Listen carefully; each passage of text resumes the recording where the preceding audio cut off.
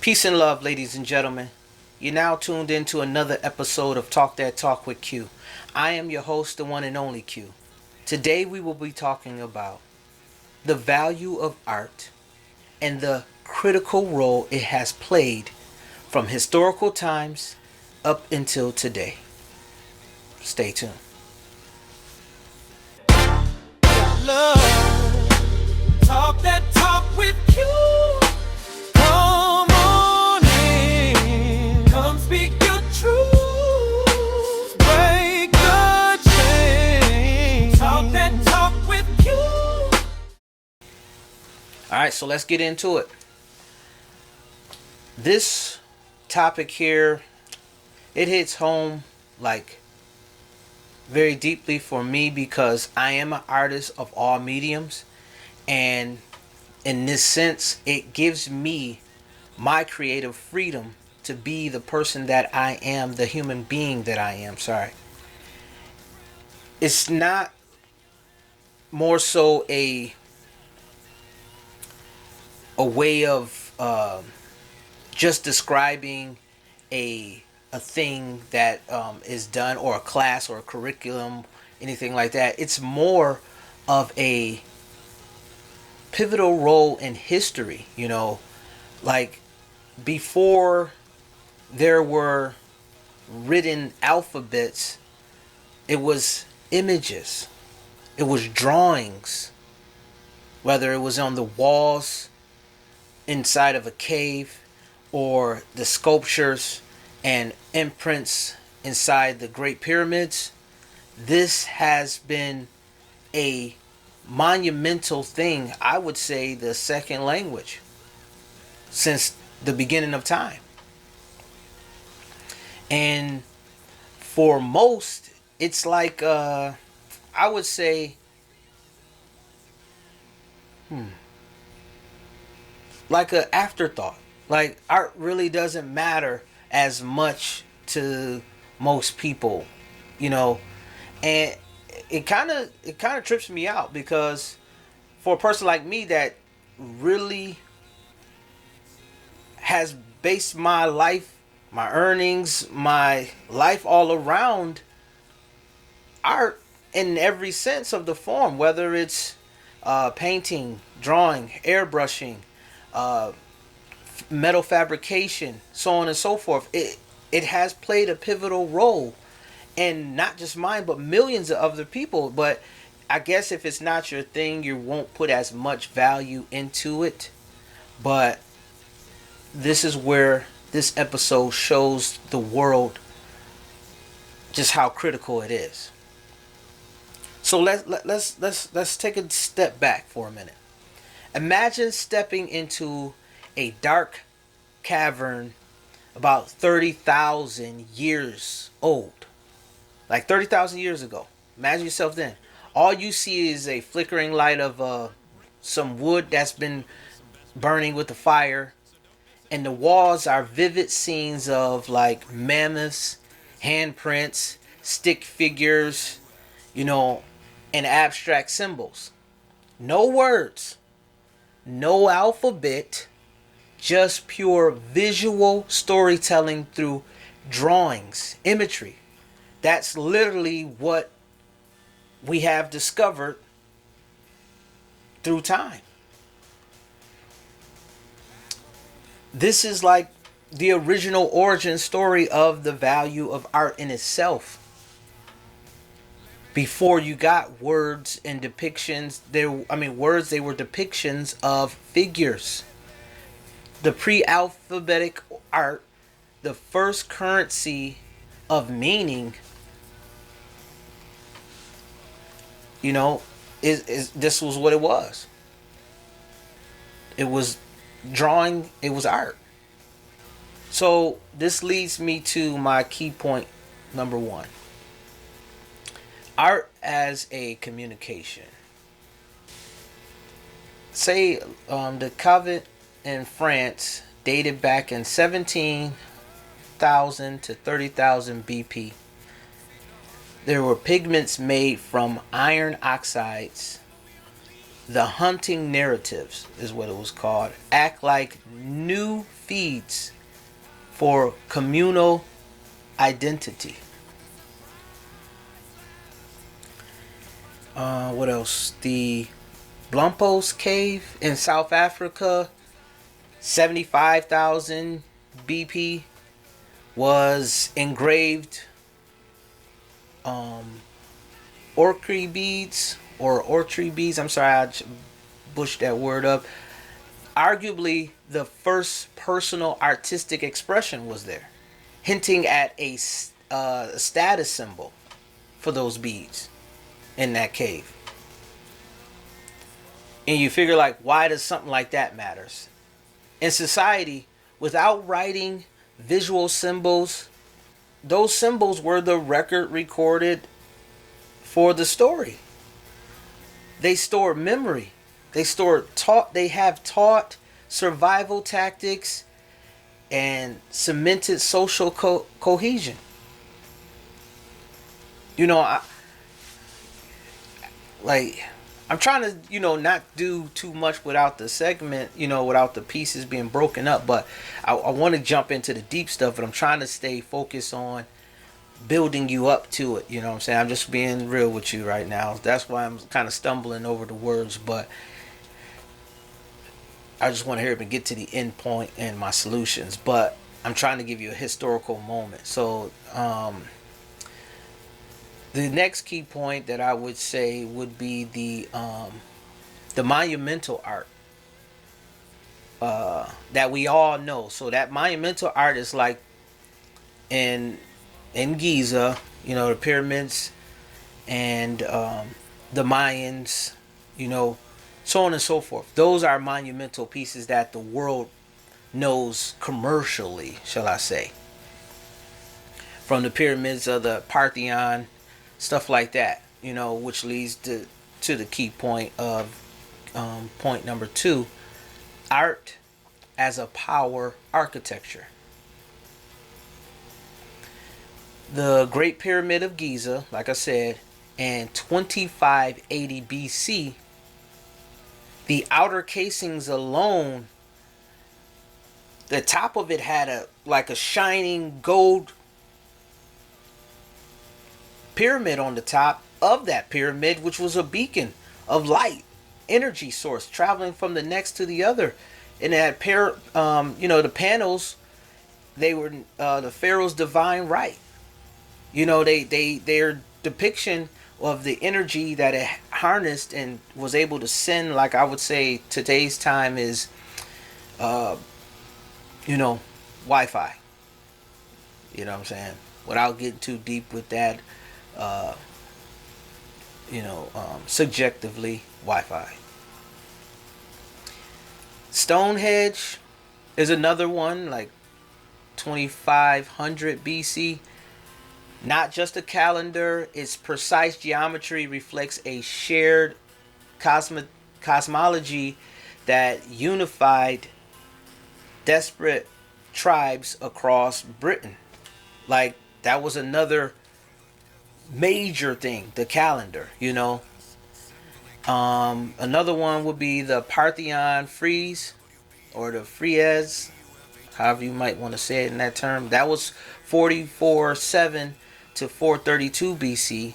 The sculpted precision of Anthons celebrated what was then democracy, given the city's political ideals a permanent visual, like a permanent visual platform.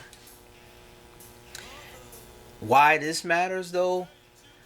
The monumental art turned abstract ideas, divinity, law, civic duty, into tangible shared experiences. And that's the key point of what I was trying to get across when I just named those different things in different time periods in our history in ancient times. They literally depicted how, rulership or ownership or culture or the way the world was in a period of time. And then even till this day, you got people trying to still figure out and decode what most of that those symbols and the imagery and the drawings really mean. Some of them are pretty straightforward, but it's like our depiction or our understanding of what those images are today has changed because, you say political powers or people have forced them to change differently and rewritten them. A part of the erasure era when everything was whitewashed or converted into a false narrative instead of this true identity, so on and so forth. So, and regardless to say, I'm not going to go sidebar and digging in deeper into that, but all those things that could be witnessed by anyone, like regardless to your literacy level, you could understand those images is basically what I'm saying. When you see them on the wall, it wasn't about letters, alphabetical letters, and how can I read that. A bird is a bird, a foot is a foot, a feather is a feather. So that's what you saw in those drawings that made up a story that we all can relate to. I'm gonna bring it into modern day time just for to clean that up. If you didn't understand where I was going with those, say we all speak 3 different, 4, 5, 6 different languages, and we're all in one room, so we don't understand each other. But if I draw a picture of a slice of pizza, I'm pretty sure everyone in that room is going to know what I want or what I'm drawing. And I didn't use any alphabetical letters. I didn't speak anything. I just drew a picture. That's art. I'm trying to speed it up so I can get to that point that I really want to make in the political side of things. So this would lead me into the what I would consider next is the ripple effect, which art shaping civilization, leading me into the key point number 3. Art as a culture or cultural DNA.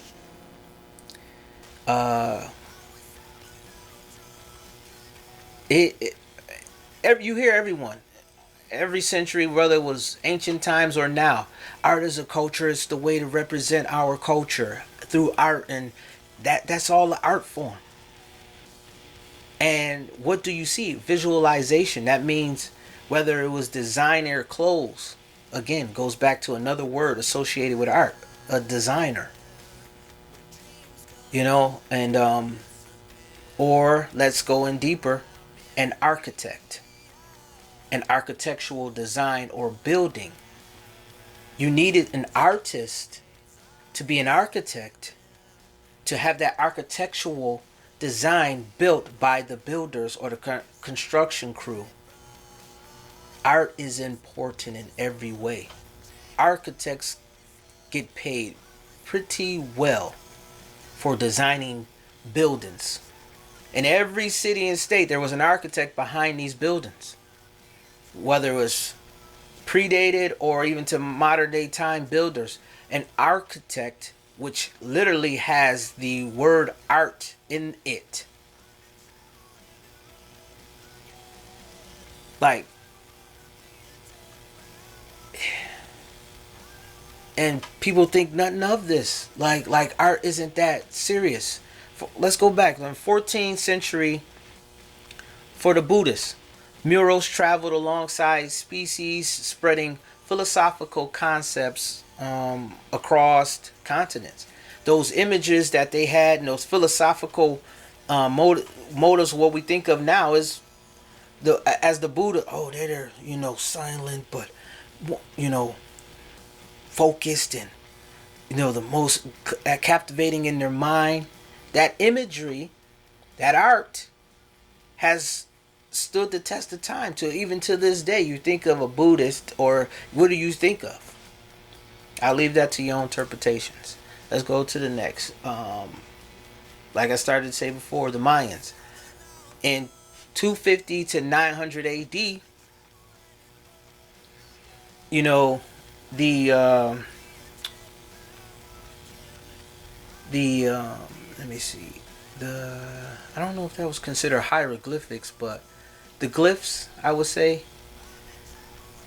the glyphic art that they preserved was of chronologically that modern scholars still decode, like teaching us about astronomy, governance, and climate, adaptation. So the weather, um, another form of the calendar, so on and so forth, is with the same thing. And we depict their images from the clock, so on and so forth. So when a civilization invests in visual storytelling, technically they're planting seeds that germinates centuries later, like today, in science, politics, and even pop culture, because it it stands the test of time. Words can be words, yes, like you may have in the Quran or the Bible and stuff like that, but the images speak so much more volume. It's like I said, for those who don't even understand the language or understand what things mean, an image speaks way more volume. You have a group of children looking at a superhero man, and all they see is that, and then they'll see a superhero woman. Then what do you think? A superhero woman comes in, and all of a sudden, well, we're used to this superhero man, not a superhero woman. That's the same thing, how deep visualization of the art form is. So let's go into why I feel art still rules and reigns supreme over every other curriculum, but still gets put, I feel, get put to the back burner, or, you know, in it, like, it gets dismissed so quickly, with no importance almost. But art has always been the innovative engine behind a lot of things. Like, say for instance, the Renaissance of what was it? The Renaissance of frescoes, like Michelangelo's Sistine Chapel. They pushed autonomy, perspective, and engineering forward. Allegedly. Let's say wartime propaganda posters. That whole famous World War II harnessed graphic design that mobilized an entire population based off of the depiction of what they captivated in that art poster. Those art posters, shall I say. A whole population was motivated by that. Like, that was art, though. Back in the day, the newspapers, the little funny ads, got controversy over the little drawings in it. I remember that vividly. And you can just imagine how it was before my time as a child. It had to be worse.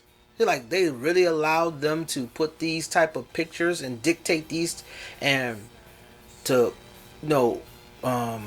represent these type of people this way in the funny, because it's a funny ad. But it was art, and it made some mad, it made some laugh, and some think and even act on it. So let's bring it into today's time. Not so much about the print. Now it's even faster and instant with the digital art and NFTs of the 2020s. You know what I mean? That redefined ownership, period, in itself.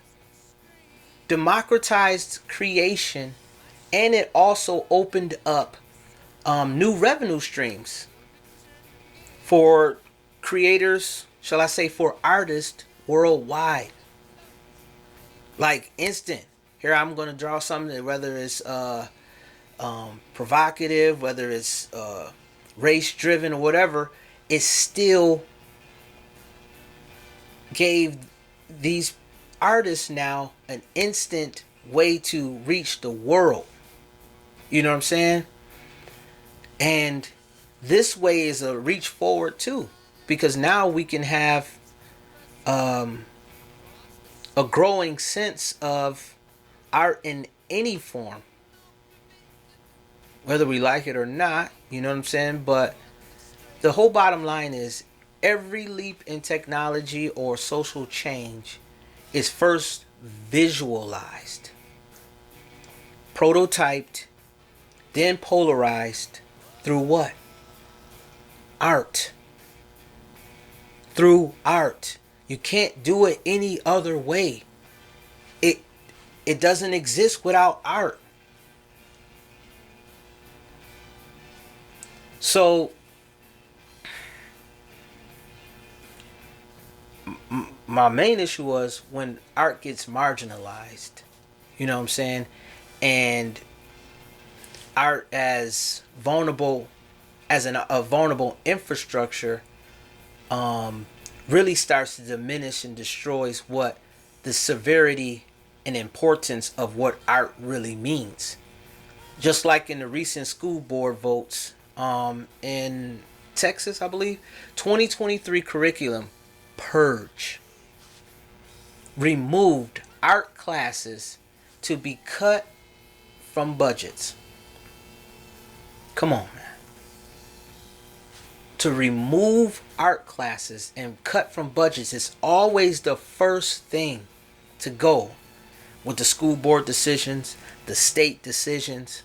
Art is always the first to go, but it's the most important class. Yes, in those curriculums, the teacher or the school could teach way more importance inside of the art so it can be respected in its proper sense.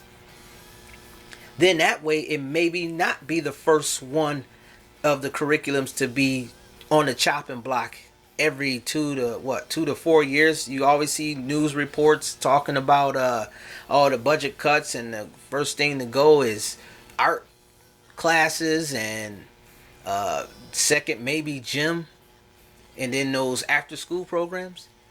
But that's the minute compared to the government censorship and various regimes. I mean, should I be talking about that? And like, oh, here you go, Q, getting into that, getting in deep into that. But these are just facts. It's not me being a conspiracy theorist, where I hate that phrase, or just, based roughly off my opinions. These are facts that I'm speaking, so it's public record. But this is a part of what this story needs to hear, because it's critical. Like the government regime, like I started to say, China's cultural heritage bans. China's had cultural heritage bans that led to loss of intangible heritage. Just like who? Here in America. North, Central, and South of the Americas, history was what? The art was what? Either destroyed deliberately, erased, buried, or what? Whitewashed. Painted over, literally whitewashed. Like, that's the severity of it. If it wasn't that serious, why would these people in these different times and eras go so hard to cover up the artifacts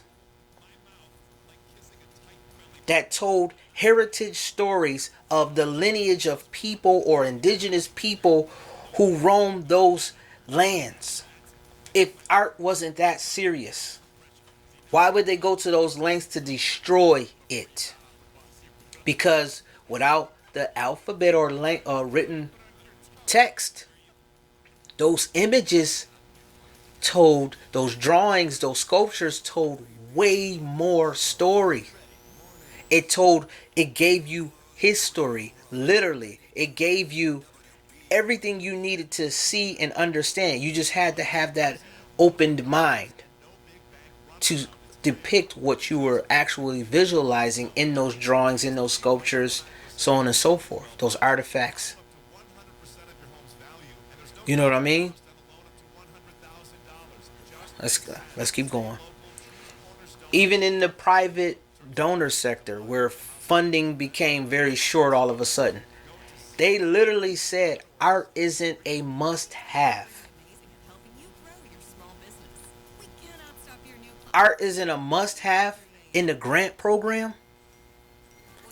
How is it not a must-have when, like I just explained before, it told stories of ancient times that they're still trying to figure out to this day. Oh, these people of this time couldn't have drawn stuff like this or made this. How did they know to draw a picture like that? How did they, and back then, leading to more conspiracies of, oh, was it ancient aliens that came down and helped them and draw these things, or was that them that drew it themselves, and then the people just, that leaves everything out to question. But how could you say it's not a must-have? Literally out their mouths on national television or on public records say its art isn't a must-have. There are so many other subject matters or curriculums that I could say isn't a must-have that you don't ever use in everyday real life scenarios. Versus when it comes versus art. Like I said, I might get over passionate when I'm delivering this, like, oh dude, you taking this too far about this art. But that's why I say it's like kind of dangerous, because the economic impact that the creative industry contributed. Who was it? It was a study by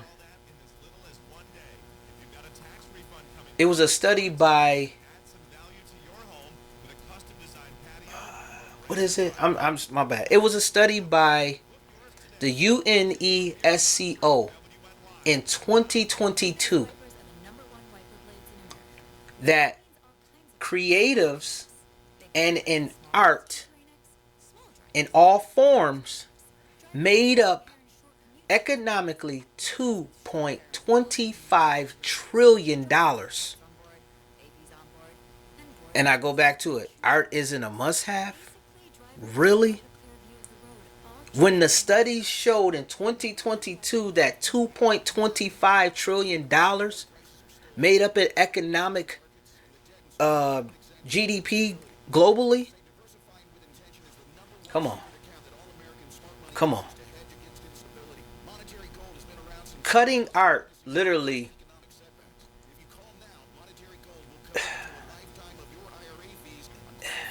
it stumps a proven growth engine. Like, if we get to the way it was back in the ancient times, a lot of things will be flipped over upside down anyways. And I think maybe that, now that I'm speaking this out loud, I think that's probably the reason why they can be so quick to dismiss art, because it tells so much without having to literally tell you so much.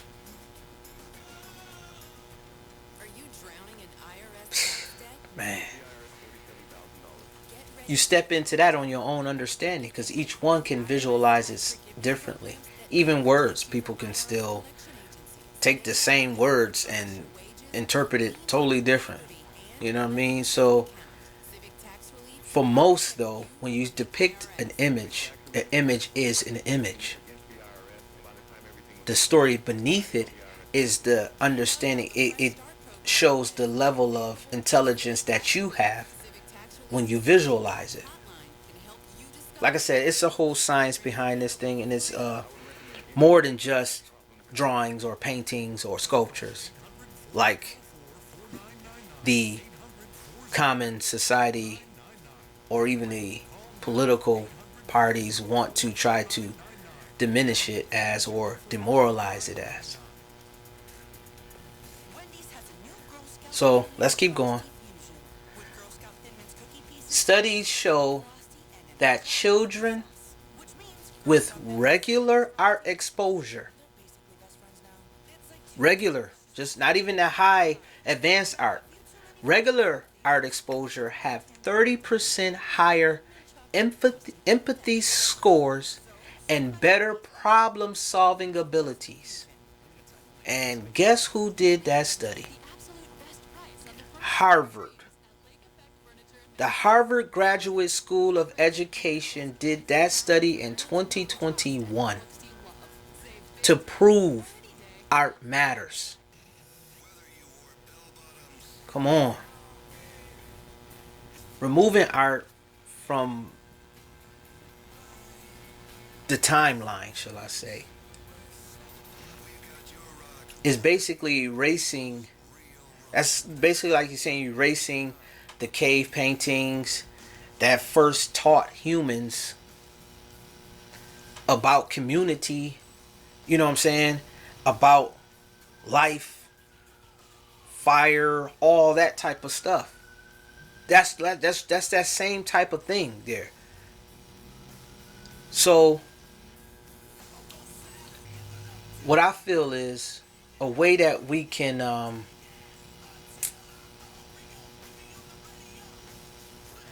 you know what? I'll just leave it at where it is. Let's recap it all. So, ancient time, the beginning of time, there was always drawing before it was alphabetical letters or anything like that. On how the first civilizations communicated other than telepathically. I don't want to go that deep. We're talking about drawing art in this form right here. So, since the beginning of time, it was art. It was drawings, it was paintings, it was carvings, sculptures, to tell stories, to mark indigenous people, to enlighten, and to memorialize civilization, humanity, the world in awe, So, up until today's time, we have the same thing repeating itself, but with a little more advancements, which was already advanced back then. We're just repeating it in a new form for the new generations that have been birthed now. It's nothing new. It's just new to the new living human beings in today's time. But every single generation, every single century, it does what? It impacts the world.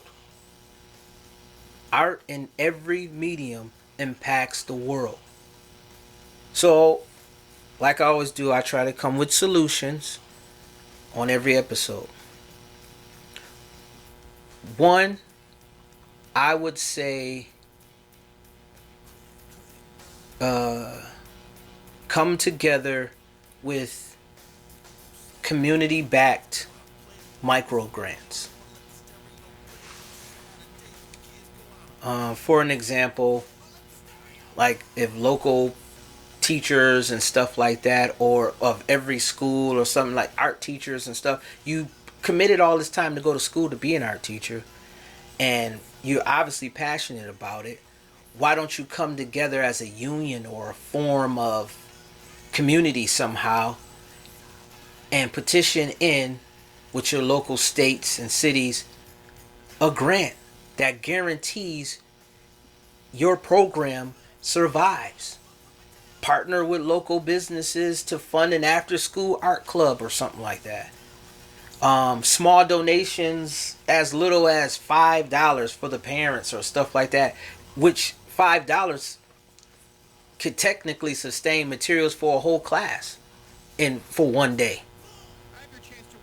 You say, yeah, right. No, it doesn't. Yes, it does. Like, say you go to the dollar store or something. I mean, even though dollar stores aren't a dollar anymore, um, you could still sustain $5 to $10. And you got 30 students, or students meaning children or adults, partaking in each class, and you do a class, what, for 3 hours? You do three different classes, 1 hour each, three times at the minimum, 3 times a week. I'm just throwing some numbers out here, some just to give an idea.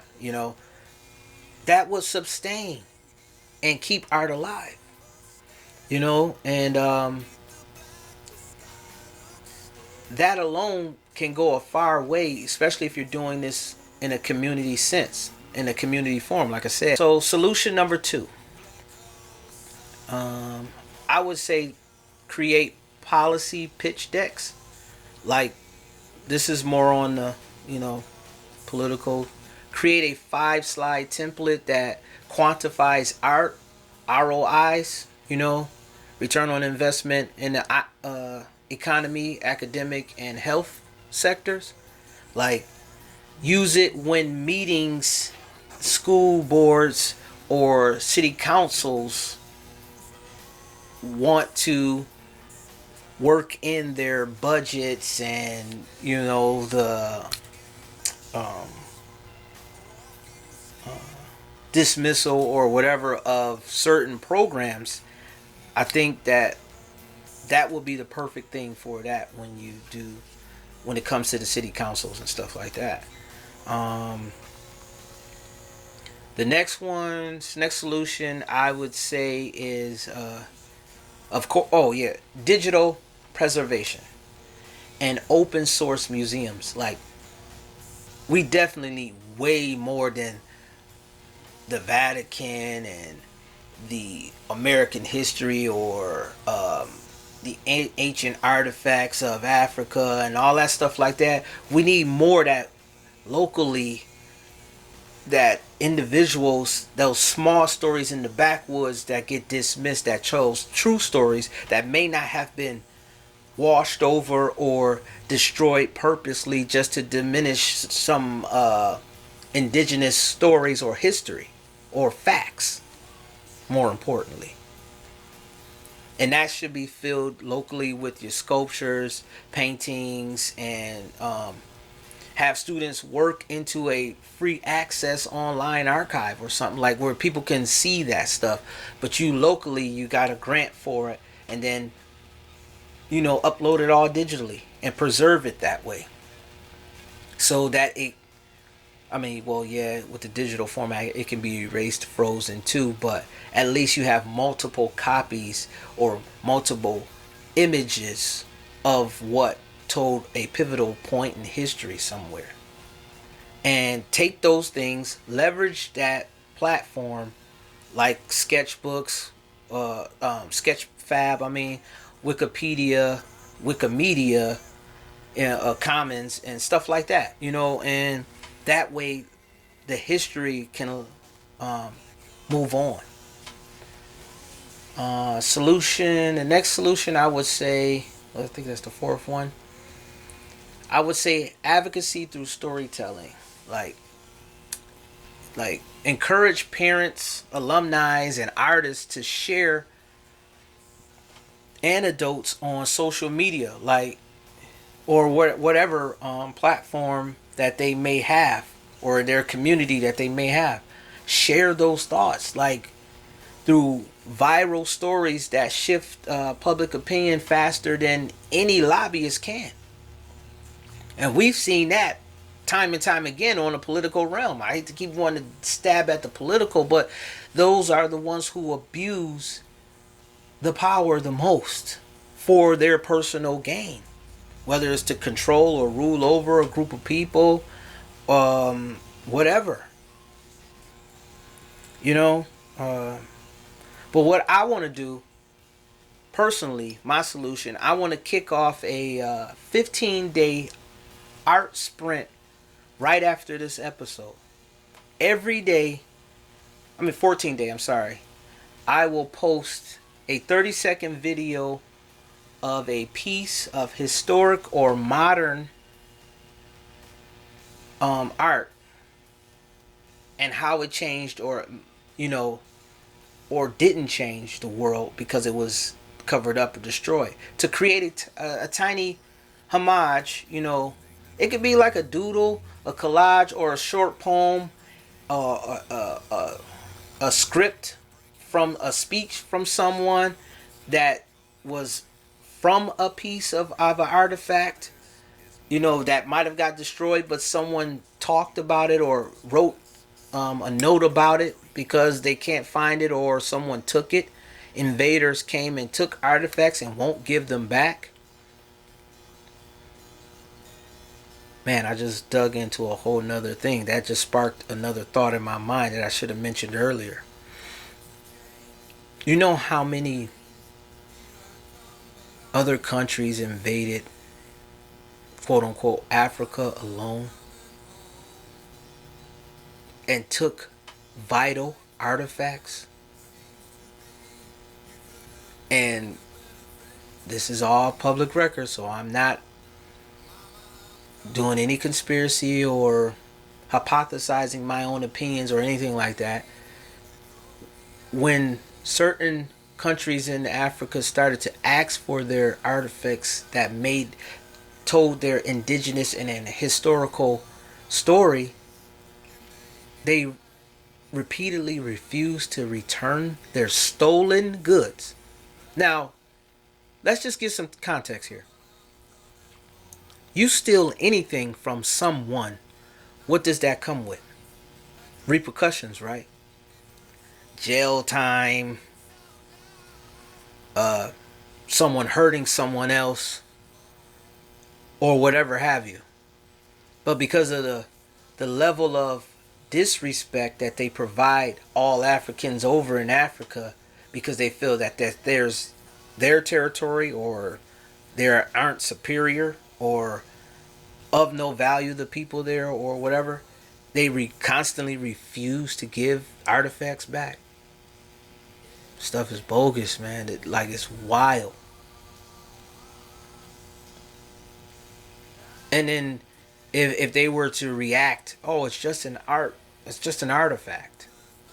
If it's just an artifact and you know that your people stole it, and then the original people of those artifacts ask for it back after they realize what you have stolen, and you choose not to give it back, how are you deeming them savages or criminal minded? Who's the real criminal here? Who's the real savage here? I'm going to leave it alone. Let's keep this on a positive and high energy, high vibration. So, yeah, so what I was saying, oh man. I just want to make the world see art value in real time, After doing my history, I've seen there were clusters of people like myself, human beings like myself, and artists like myself who have done their part or feel obligated to do their part into pushing the importance of art back into the forefront. Like ancient modern art, man, the innovation of it through the lines of human progress alone speaks volumes. And it still does to this day. Like I said, they're still trying to figure out how were they back in that time able to perform surgeries on humans and successfully see them through. How are you disrespecting them that bad? Like you think that they were just... I don't get it, man. Art is not a luxury, and that's the way we kind of tend to That's the way we kind of tend to celebrate it through monetization and stuff like that. We act like it's a luxury. It's way more than that. It's an infrastructure. You know what I'm saying? You hold the lever through communities by that's life in art. There's life literally in art. There's a history in art. There's a power, especially in the ancient art and artifacts, and and not to diminish or lower the value of today's millions of artists creating their own art, but in the ancient times, what I'm talking about right now specifically, that held civilization, um, keys to civilization in those times, the vast in advancements of those times. You know what I mean? It's so critical, man. Just be blunt and plain, straightforward, man. I think these political powers and these political organizations and um, private sectors just need to stop disrespecting art in every form, man. Unless they know the power that it holds, then that's different. Of course, they're going to devalue it so the masses don't see the importance of it or the power of it in every form. That would make sense, technically.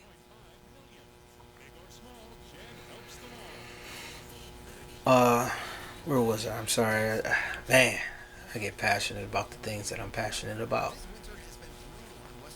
That's all. Uh, so I think I might end it right there with that last key point, and I would say